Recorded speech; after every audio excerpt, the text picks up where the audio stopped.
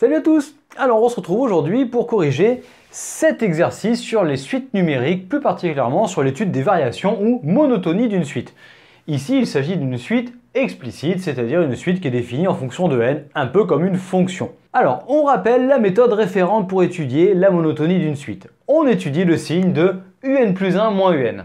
Donc ici il va falloir commencer par déterminer un plus 1. Donc pour déterminer l'expression de un plus 1, il suffit de remplacer ici le seul n qui est dans l'expression par n plus 1 et ça fait donc 3 puissance n plus 1 moins 5.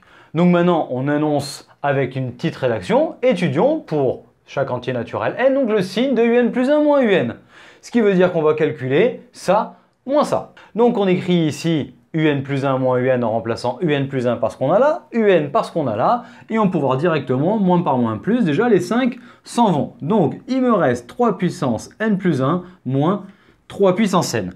Alors en toute logique, vu qu'ici ce nombre est plus grand que 1, on sait que ça c'est plus grand que ça. Maintenant il faut le faire apparaître. Et pour ça, il faut utiliser ces propriétés de puissance que tu as vues au collège.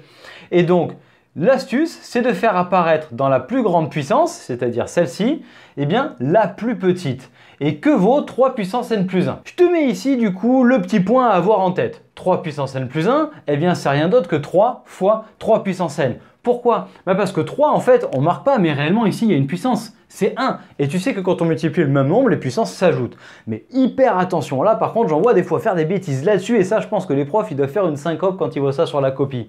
Là, ça c'est faux.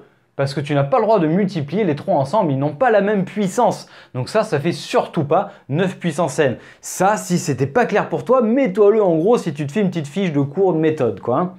Donc ici, c'est ce qu'on fait. 3 puissance n plus 1, on le remplace par ce qu'il y a là-bas et tu vas voir qu'on va pouvoir factoriser. Donc ceci étant fait, on a remplacé 3 puissance n plus 1 par 3 fois 3 puissance n et tu vois qu'on peut mettre 3 puissance n en facteur. En facteur de quoi? Ici c'est facile, il reste le 3 et là, tu sais, tu te rappelles en troisième, quand il n'y a rien, c'est comme s'il y avait fois 1, donc il te reste là moins 1. Allez, là le calcul est quasiment abouti, on a 3 puissance n fois 2 ou encore 2 fois 3 puissance n.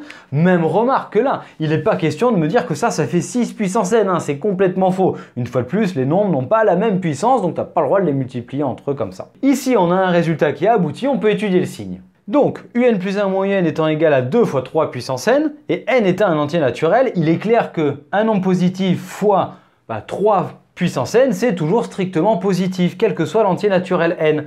Ce qui veut dire que la suite un, entre parenthèses, sinon c'est pas bon, est donc strictement croissante sur n. Donc on a démontré avec la méthode référente, en étudiant le signe de un plus 1 moins n, que la suite est croissante.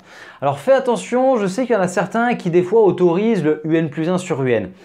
Moi je suis pas hyper fan personnellement de cette méthode dans la mesure où il faut que un soit strictement positif. Sinon cette méthode en fait elle ne marche pas. Donc c'est vachement restrictif et il faudrait d'abord démontrer que ça c'est strictement positif. Ce qui n'est pas le cas par exemple pour n égale à 0 ou pour n égale 1. Donc déjà c'est pas tip top comme méthode. Et en plus de ça, quand c'est restrictif, on oublie des fois d'amener la rigueur et de dire que un est non nul. On ne te laissera pas passer dans le supérieur, en gros, ce manque de rigueur. Donc, fais attention, adapte-toi à ton professeur, bien sûr, mais moi, je te dirais quand même de privilégier ça si c'est accepté à l'école et de toute façon, c'est la méthode référente. Eh bien, j'espère que tu as bien compris ça, que celui qui a fait ça dans son coin, il a mis pas plus de 5-6 minutes et vraiment grand maximum. Celle-ci, elle n'était pas très compliquée. Retiens bien cette méthode de faire apparaître dans la plus grande puissance la petite. En fait, c'est ça la méthode lorsqu'il y a des puissances. Et donc, celui qui a suivi jusqu'au bout, j'espère que maintenant il est à l'aise et qu'il va pouvoir continuer à s'entraîner. Donc, merci de l'avoir suivi jusqu'ici. Pense à mettre le petit pouce bleu vers le haut et à t'abonner à la chaîne pour nous aider à nous développer. Retrouve-nous pour d'autres ressources sur notre site internet ainsi que sur nos réseaux sociaux avec des exercices corrigés, des cours et des méthodes. Et puis je t'invite à nous retrouver dans une autre vidéo et je te dis donc à de suite. Allez, ciao à tous!